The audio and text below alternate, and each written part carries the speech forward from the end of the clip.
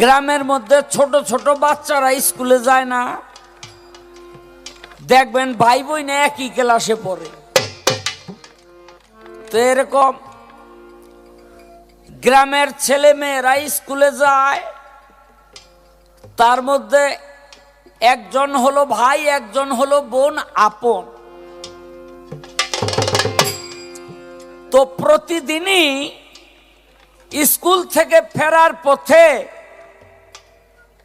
বোনটা হইল ছোট, ভাইটা হইল বড়।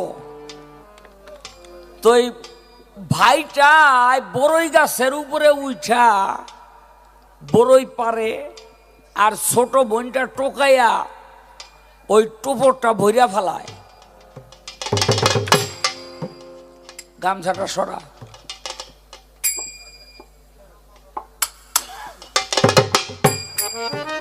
তুই হলো জুয়ান পোলা, তোরে দেখলে শীত দূর দিয়ে আসবো।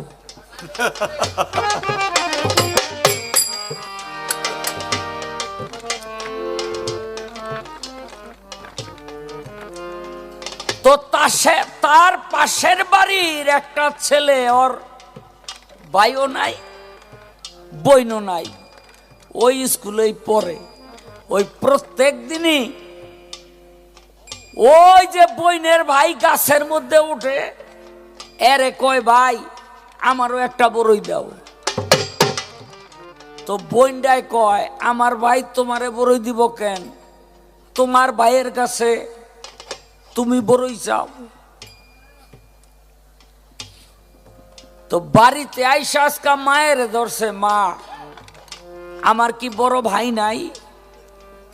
মা বলে কেন? কয় বাবা মা প্রত্যেক দিন বাড়িতে আসি পড়ালেখা শেষ করে, পথের মাঝে একটা বড়ই গাছ, ওই গাছ থেকে বড়ই পেরে ভাই তার বোনকে দেয়, আমাকে একদিনও দেয় না। আমার যদি ভাই থাকতো আমি আমার ভাইয়ের দিয়ে ওই বড়ই পাড়াইতাম। মায় কয় বাবা তোর তো একটা ভাই আছে। কয় বলো কি? বলে হ্যাঁ। কয় তো তার নাম কি? মায় কয় বাবা তার নাম হইল দীনবন্ধু। কয় তো থাকে কই? কয় যে বড়ই গাছের পাশেই যে জঙ্গল, এই জঙ্গলের মধ্যে। হ্যাঁ পাইছে। পরের দিন স্কুল থেকে আসার পথে যখন ওই বড়ই পারতাছে, তখন মনে পড়ছে আমার ভাই দিয়ে আজকে আমি বড়ই পারাবো। ওই জঙ্গলের মধ্যে গিয়া ঢুকছে। দীনবন্ধু তুমি কোথায়? খালি একটা ডাক দিছে। দীনবন্ধুকে স্বয়ং নারায়ণ আসছে। দাদা তুই ডাকিস কেন? কয় আহো আমার লগে।